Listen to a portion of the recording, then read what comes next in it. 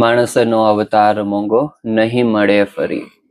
એટલે આપણને આ માનવ દેહ પ્રાપ્ત થયો છે, તો એ માનવ દેહની અંદર આપણે ભજન, સત્સંગ, કીર્તન કરી અને આપણા જીવને મોક્ષ માર્ગે આગળ વધારવાના છે, ભગવાનના માર્ગે આગળ આપણે વધારવાના છે. એ આપણે પ્રયત્ન કરવો. એના માટે આપણે બધા સત્સંગ કરીએ જ છીએ અને મોટા ભાગે વડીલોને બધા ઊભા છે, તો આપણે નાનપણથી જ આવી રીતના સત્સંગ કરતા જ આવ્યા છીએ. પણ એ સત્સંગની અંદર બસ આજે વાત કરીએ, 2 એલિમેન્ટ દોસ્તો આપણે એડ ઓન કરવાના છે. એક આપણે ફરિયાદો કરવાનું બંધ કરવાનું છે અને આભાર વ્યક્ત કરવાનું શરૂ કરવાનું છે. 3 વાના મુજને મળ્યા, હૈયું મસ્તક હાથ, બહુ દઈ દીધું નાથ, જા ચોથું નથી માંગવું. તમારી પાસે જે છે એનો આભાર વ્યક્ત કરશો તો તમે નહીં માંગો એ પણ વસ્તુઓ તમને પ્રાપ્ત થતી જશે. આ પ્રૂવન વાત છે, તો એ આપણા જીવનની અંદર આપણે અપ્લાય કરીએ.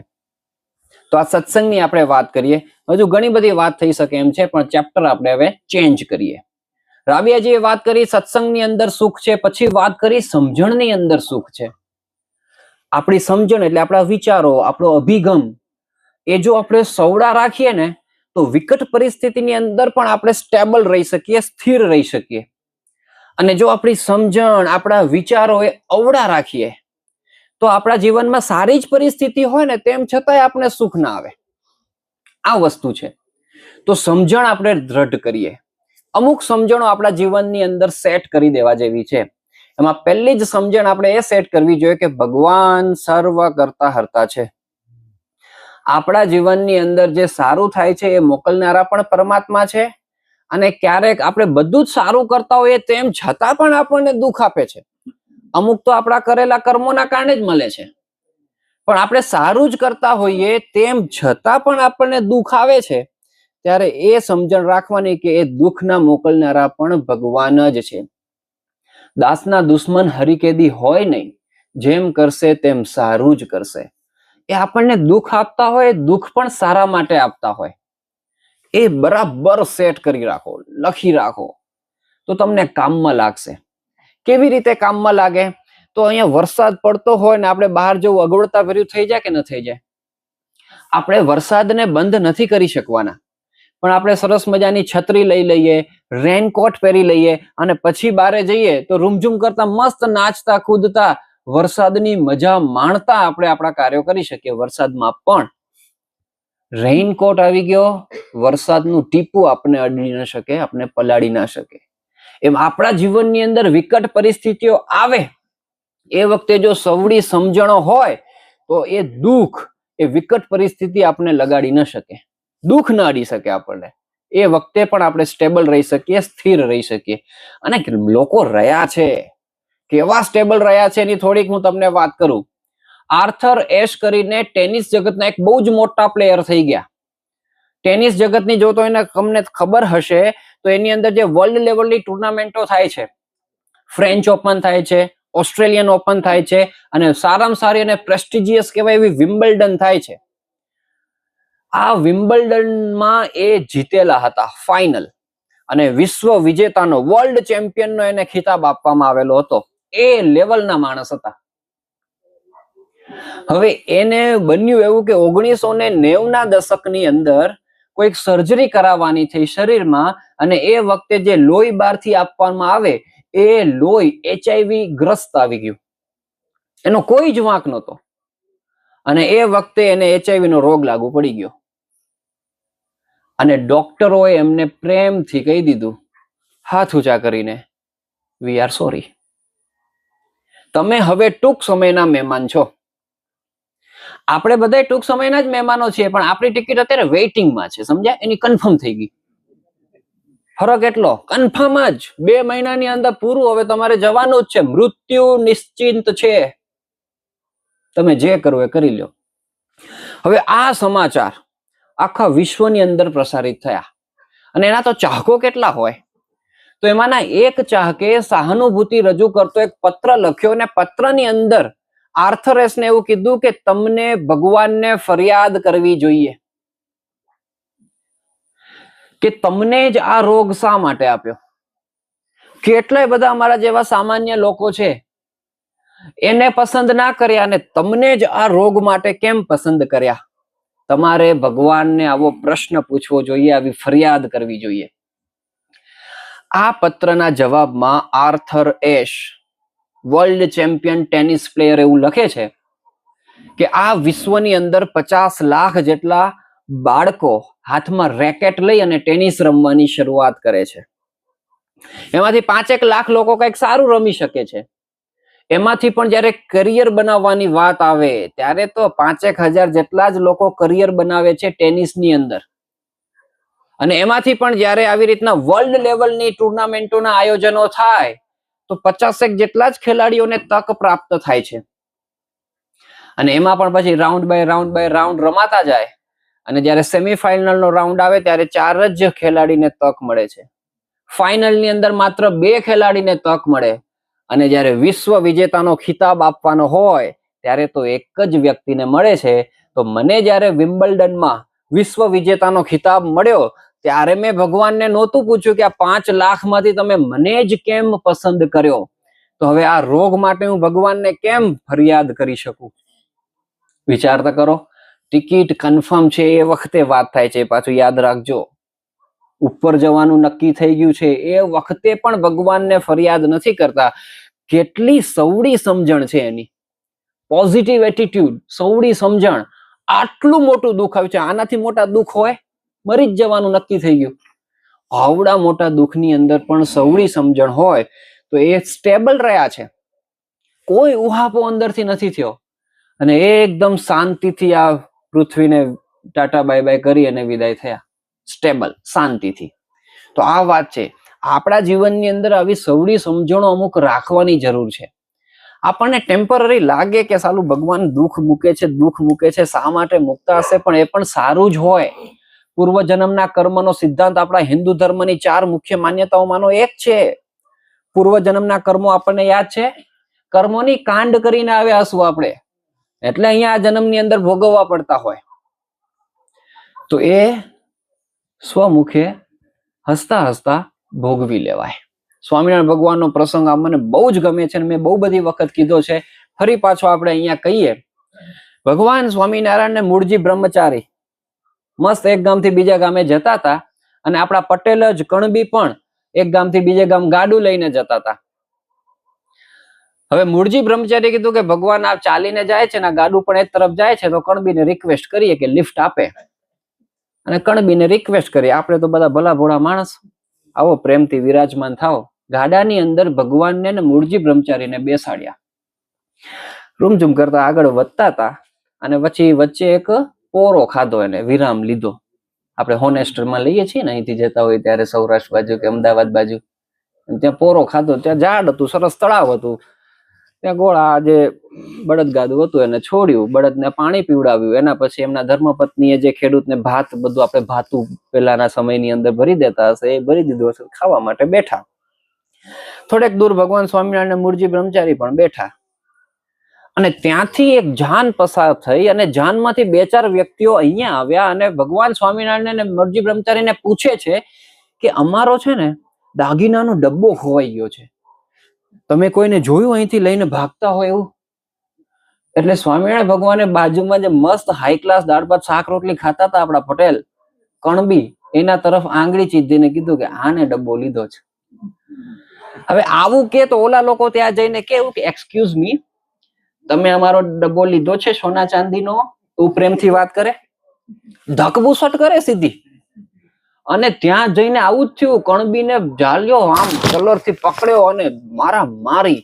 મેથી પાક એના ભાતામાં હતો નહીં, તેમ છતાં મેથી પાક ખવડાવી દીધો, હાઈ ક્લાસ A1 ક્વોલિટીનો.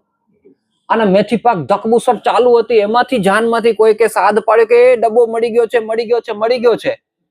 તો કણબીને એમને એમ ફેંકીને સોરી કીધા વગર પણ બાય મિસ્ટેક થઈ ગયું, અણસમજમાં થઈ ગયું છે એવું નહીં, વેતા થઈ ગયા લોકો તો.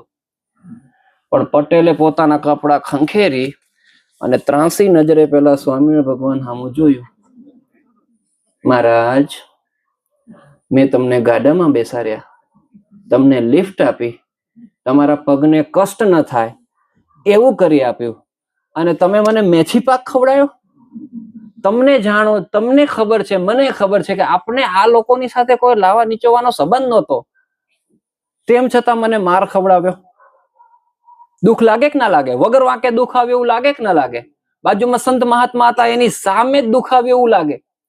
પણ એ વખતે ભગવાન સ્વામિનારાયણને ફોડ કરતા એવું કે છે કે તારે અને આ લોકોને 7 જન્મનું વેર હતું, એ વેર પૂરું કરવા માટે તારે 7 જન્મ ધરવા પડત, પણ આ 7 મિનિટ માર ખવડાવ્યો ને એમાં 7 જન્મનું તારું પૂરું થઈ ગયું.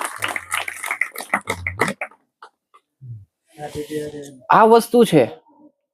કર્મનો સિદ્ધાંત તો લાગુ પડવાનું જ હોય, પણ આવી રીતે જયારે આપણે ભગવાનનો આશરો કરીએ, સત્સંગ કરીએ, ભગવાનની આજ્ઞા પ્રમાણે જીવનો જીવવાનો પ્રયત્ન કરીએ, ત્યારે ભગવાન જે મોટું દુઃખ આવવાનું હોય ને એને નાનું કરી નાખે. શબ્દ એવો લખેલો છે કે સૂડી જેવું દુઃખ લખેલું હોય એ કાંટે કરીને મટાડે. પણ કાંટો મારશે તો ખરા, પણ આપણને સાલું કાંટો જ મોટો લાગે છે. કાંટો તો આવવાનો જ, કારણ કે પૂર્વજન્મમાં એવા કાંડ કરીને આવ્યા હશું આપણે, એટલે કાંટો તો લાગવાનો જ, દુઃખ આવવાનું જ.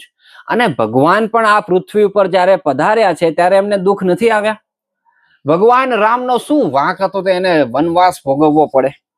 કઈ જ વાંક નહોતો, વગર વાંકે જવું પડ્યું. ભગવાન શ્રી કૃષ્ણનો જન્મ જેલની અંદર થાય છે, વગર વાંકે એના માતા પિતાને છોડીને ત્યાં જવું પડે છે. કેટલા બધા દુઃખો ભગવાન શ્રી કૃષ્ણને આવ્યા છે. ભગવાન સ્વામિનારાયણ પૃથ્વી ઉપર આવ્યા, કેટલા બધા દુઃખો આવ્યા છે. સંતોને દુઃખો આવ્યા છે, નરસિંહ મહેતાને દુઃખો આવ્યા, સંત તુકારામને દુઃખો આવ્યા છે, જલારામ બાપાને દુઃખો આવ્યા. અહીંયા જે ગુણાતીત ગુરુ પરંપરાની અંદર સત્પુરુષો છે, દરેકના જીવનની અંદર દુઃખો છે. પ્રમુખ સ્વામી મહારાજ ને મહાન સ્વામી મહારાજના જીવનમાં તો આપણે જોયેલા છે દુઃખો. કેવા ગજબના અપમાનો એમના થયેલા છે. તો દુઃખો તો આવવાના જ, પણ એ દુઃખો વચ્ચે પણ એ લોકો સ્થિર રહે છે. એ આપણે શીખવાનું છે કે આપણે પણ નાના મોટા દુઃખોની અંદર સ્થિર રહીએ. એ કરનારા પણ ભગવાન છે, સારું આપનારા પણ ભગવાન છે, સન્માન કરાવનારા પણ ભગવાન છે, અને જ્યારે જ્યારે આવી રીતના અપમાન થાય ત્યારે એ કરાવનારા પણ ભગવાન જ હશે. આ સમજણ દ્રઢ રાખવી જોઈએ, તો આપણને વાંધો ના આવે. તો એક આ સમજણ છે. પોઝિટિવ એટીટ્યુડ રાખો, સૌડી સમજણ રાખો. ભગવાન સર્વ કરતા હરતા છે, જે કરશે તે આપણા માટે સારું જ કરશે. આ લોકોએ સત્સંગ દીક્ષા ગ્રંથ મુખપાઠ કર્યો છે. 315 શ્લોકનો સંસ્કૃતની અંદરનો આ ગ્રંથ છે, સત્સંગ દીક્ષા. મહંત સ્વામી મહારાજે સ્વયં લખેલો છે. આ પર્વ બેઠો એને આખા 315 શ્લોક મુખપાઠ કરી દીધા છે. એમાં એક શ્લોક આવે છે, હા બોલી દે દોસ્ત. ભગવાન સર્વ કર્તા દયાલુ સર્વ રક્ષક સએવ નાશક સર્વ સંકટાનામ સદા મમ. પછી તાલીથી આપણે વધાવીએ. ભૂતમ યચ્ચ ભવદ્યચ્ચ સર્વમ તન્મે હિતાય એવ. આ સંસ્કૃતની અંદર શ્લોકો બોલે છે. આવા કેટલાય છે. આપણે ચિમન બાપા, તમારો પણ દોયત્રો કે પૌત્રો? દોયત્રો. આમના પોતરા 3. આ લાલાભાઈ ની આપણી દીકરી. આ બધા તમે જુઓ, બાળકો બધું તૈયાર થાય છે. ફ્યુચર કેટલું હશે? અમે આના જેટલા હતા તે ટાઈમ પાસ જ કરતા, ગીલી દંડો રમતા અમે, સમજ્યા? આ રમવાનું છે. પણ આ બધું જે કરે છે અમે નહોતા કરતા એ ઉંમરની અંદર. અમે આ લેવલે પહોંચ્યા, એ લોકો ક્યાં પહોંચશે?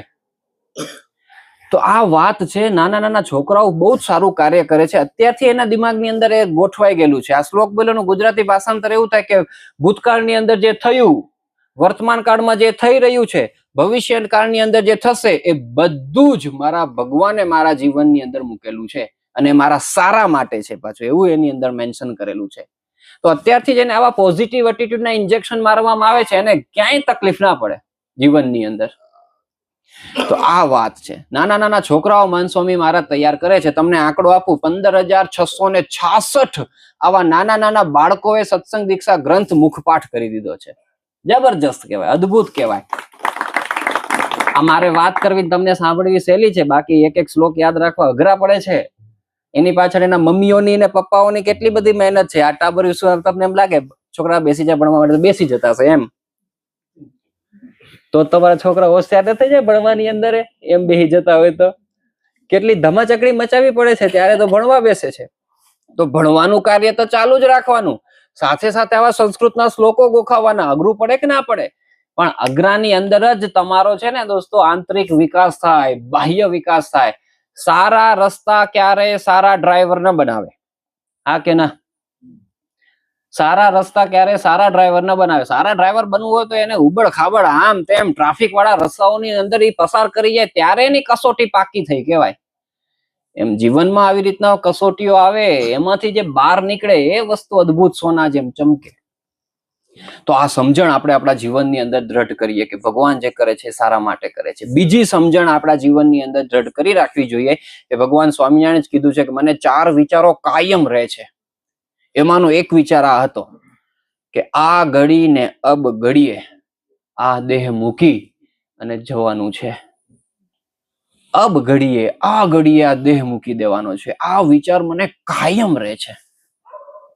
આ વિચારે જો આપણા જીવનની અંદર હોય ને કે આપણને જે આ મનુષ્ય શરીર મળ્યું છે ક્ષણ ભંગુર પ્રાપ્ત થયું છે, ગમે ત્યારે એને મૂકીને જતું રહેવાનું છે. કદાચ આવતીકાલનો દિવસ પણ આપણે ન જોઈ શકીએ. તો અત્યારે આપણે જે કરવાના કાર્યો હોય ને એ કાર્યો આપણે પ્રામાણિકતાથી કરીએ. ખોટું કરવાનો એ વખતે તમને વિચાર ના આવે કે કોકને બાટલી પૂરીને બૂચ માર દઉં, એવો વિચાર ના આવે. હંમેશા સારું કરવાનું જ તમને પ્રેરણા પ્રાપ્ત થાય. એટલે આ વિચાર રાખવાની આપણને ખૂબ જરૂર છે કે આ ઘડીએ અબ ઘડીએ આ દેહને આપણે મૂકી દેવાનો છે, જતું રહેવાનું છે. અને આનું વિઝ્યુલાઇઝેશન કરવા જેવું છે. તમારા રૂવાડા ઊંચા ન થઈ જાય તો મને કહેજો. ક્યારેક હું વિચારું ને આમ થઈ જવાય આમ, અને શરૂઆતમાં તો ડર લાગી જાય કે શું થશે, મરી જવાનું છે, બધું જ મૂકીને જતું રહેવાનું છે. આ કરવા જેવું છે. આનાથી પણ આપણને શાંતિ મળશે. ન કરવાના કાર્યો આપણે કરતા અટકશું, કરવાના કાર્યો આપણા થશે અને પ્રામાણિકતાથી થશે આપણા કાર્યો. એના માટે આ સમજણ ખૂબ જરૂરી છે. અને હકીકતે પણ આપણને આ દુનિયામાં દેખાય જ છે ને કે મૃત્યુનો કોઈ નિશ્ચિત મુહૂર્ત છે, મૃત્યુનો કોઈ નિશ્ચિત સમય છે કે વૃદ્ધાવસ્થા આવશે ને પછી જ આપણે મૃત્યુ પામશું. અમારો ભાઈબંધ ને તમારો જીગરી જાન દીકરો દીપક આપણા વચ્ચેથી વિદાય લઈ ગયો, પણ એ ભગવાનનું કંઈક લેખાજોખા બધું હશે. આપણે આપણા તરફથી બધા જ પ્રયત્નો કર્યા હતા કે ક્યારેક લઈ જાય. એ પ્રસંગ એક સાંભળ્યો તો વચ્ચે વચ્ચે કહી દઉં. ગઢડાની અંદર મહારાજ જે રહેતા દાદા ખાચરના દરબારમાં, ત્યાં પાચુબા કરીને હતા. પાચુબાના ઘરે એમના દીકરીનો જન્મ થયો જેનું નામ હીરાબા. હવે આ હીરાબા નાની ઉંમરે, માત્ર 5 વર્ષની ઉંમરે અવસાન પામ્યા. બધાને શોક લાગી ગયો. 5 વર્ષની ઉંમરે દાદા ખાચરના દરબારમાં કે જ્યાં ભગવાન સાક્ષાત વિરાજમાન છે અને અપમૃત્યુ થાય. એ વખતે પણ ભગવાન સ્વામિનારાયણ બધાનો શોક નિવારણ માટે વાત કરી હતી, ફોડ પાડી હતી. જેમ પટેલનું કીધું હતું કે 7 જન્મનું તમારું આ થઈ ગયું કામકાજ પૂરું. કે આ પાચુબા એનું નામ છે કે પૂર્વ જન્મની અંદર આ એમનું નામ, અને આપણા એ પાછા મુસ્લિમમાં હતા. હા, એ મુસ્લિમ હરિભક્ત હતા. એ મુસ્લિમ હરિભક્ત પાછા કેવા હતા કે આ બધા વિદેશી આક્રમણો થયા અને એનામાં જે કન્વર્ટ થયા હતા ને આપડા, એવી રીતના કન્વર્ટ થયેલા હતા. પણ ભગવાન સ્વામિનારાયણના દર્શન કર્યા એટલે એમની સાથે એમને હેત થયું અને મનની અંદર એમને એક સંકલ્પ થયો કે મારે આ ભગવાનને છે ને જમાડવા છે મારા હાથે. પણ એ વખતે તો લોકલાજ ને કેવું બધું હોય અને બધું સમાજવાદ ને બહુ બધું હોય, એમાં મુસ્લિમ આવીને હિન્દુ ને કેમ જમાડે ને કરે ને. તો એમની આ ઈચ્છા અધૂરી રહી ગઈ, સંકલ્પ અધૂરો રહી ગયો અને મૃત્યુ પામ્યા. અને એનો તરત જ પછી આ જન્મ ઈચ્છા પૂર્તિ માટે આ હીરાબાના, પાચુબાના ઘરે હીરાબા સ્વરૂપે થયો. અને 5 વર્ષના થયા ત્યારે જ એમણે મહારાજને કઈક વસ્તુ જમાડી દીધી. વસ્તુ જમાડવાનો જ એનો સંકલ્પ હતો. એ સંકલ્પ થયો પૂરો એટલે એને દેહ મૂકી દીધો. એનો દેહ માત્ર એ સંકલ્પ પૂર્તિ માટે જ હતો. પણ આપણને ન ખબર હોય ને, એ ભગવાનનો જે હિસાબ કિતાબ થતો હશે એ આપણને ખ્યાલ ન હોય. એટલે આપણા સ્વજનનું ક્યારેક મૃત્યુ થાય આવી રીતના નાની ઉંમરમાં, ત્યારે આપણને વિશેષ દુઃખ થતું હોય ને, થાય જ, સ્વાભાવિક છે.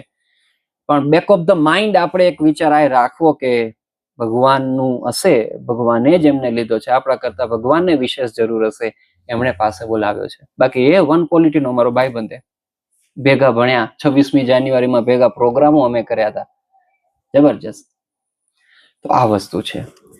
એટલે આપણા જીવનની અંદર મૃત્યુનો કોઈ નિશ્ચિત મુહૂર્ત નથી, સમય નથી. કેમ ને કેમ બધા મૃત્યુ આવે છે. જીમમાં કસરત કરતા કરતા લોકોના મૃત્યુ થાય છે. ક્રિકેટ રમતા રમતા મૃત્યુ થાય છે. ગરબા રમતા રમતા માણસોને હાર્ટ એટેક આવે છે અને મૃત્યુ થઈ જાય છે. અરે રાત્રે આપણા વસંતભાઈ યુવા સંઘના અગ્રણી સુતા હતા, ફિટ એન્ડ ફાઇન હતા, નખત્રાણાની અંદર સરસ મજાનો ઉત્સવ પૂરો કરીને ગયા હતા. સુતા બીજે દિવસે ઉભા જ ના થઈ શક્યા.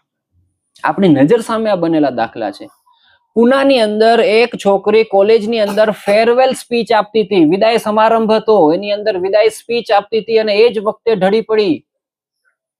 ભુજની અંદર વૃક્ષ સભા મિત્ર કરીને એક સભા ભરાય છે, એની અંદર એક લેડીઝ આવી રીતે ભજન ગાતા હતા કે ગીત ગાતા હતા, એ ગાતા ગાતા જ ઢળી પડ્યા. આ તો આપણી આસપાસના પ્રસંગો આપણે જોઈએ છીએ. કોઈ જ નિશ્ચિત સમય નથી, ગમે ત્યારે આપણું પ્રાણ પંખેરું ઉડી જશે. પરપોટા જેવો આપણો આ મનુષ્ય દેહ છે. એટલે તો આપણા ભક્ત કવિઓ લખી ગયા છે કે આ કાયામાંથી હંસલો રે ઓચિંતાનો ઉડી જશે. ચાલો આ કીર્તનને માણીએ.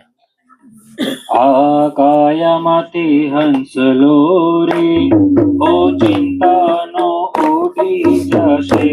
આ કાયામાંથી હંસલો રે ઓચિંતાનો ઉડી જશે. કોણ જાણી શકે કાળને રે સવાર કાલ કેવું થશે. કોણ જાણી શકે કાળને સવાર કાલ કેવું થશે. તારા મોટા મોટા બંગલા રે મોટર ને ગાડી વાળી. તારા મોટા મોટા બંગલા રે મોટર ને ગાડી વાળી. બધી માયા મૂડી મેલીને ખાલી હાથે જવું પડશે. બધી માયા મૂડી મેલીને ખાલી હાથે જવું પડશે. કોણ જાણી શકે કાળને રે સવાર કાલ કેવું થશે. કોણ જાણી શકે કાળને રે સવાર કાલ કેવું થશે. તારો દેહ રૂપાળો રે નહીં રાખે ઘરમાં ઘડી. તારો દેહ આરું પાડો રે તારા સગને સંબંધી રે થોડા દીમાં ભૂલી જશે. તારા સગને સંબંધી રે થોડા દીમાં ભૂલી જશે. કોણ જાણી શકે કાળને રે સવાર કાલ કેવું થશે. કોણ જાણી શકે કાળને રે સવાર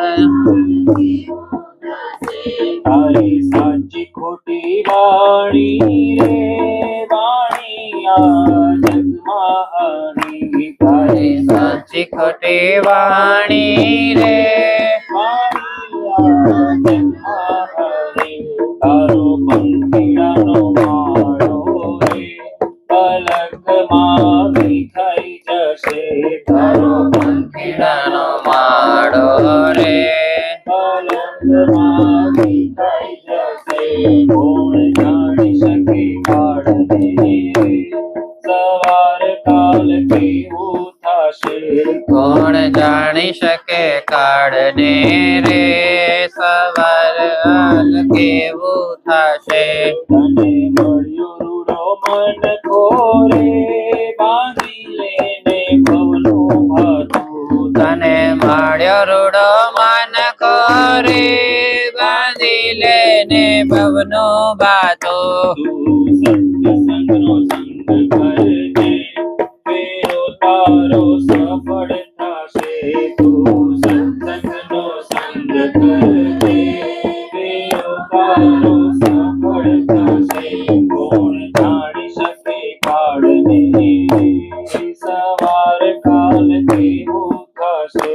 કોણ જાણી શકે કાળને રે સવાર કાલ કેવું થશે.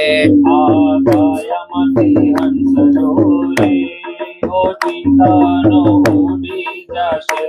આ કાયામાંથી હંસલો રે યો ચિંતાનો ઉડી જશે. કોણ જાણે જાણી શકે કાળને રે સવાર કાલ કેવો થશે કોણ જાણી શકે કાળને રે સવાર કાલ કેવું જશે કોણ જાણી શકે કાળને સવાર કાલ કેવો થશે કોણ જાણી શકે કાળને રે સવાર કાલ કેવું જશે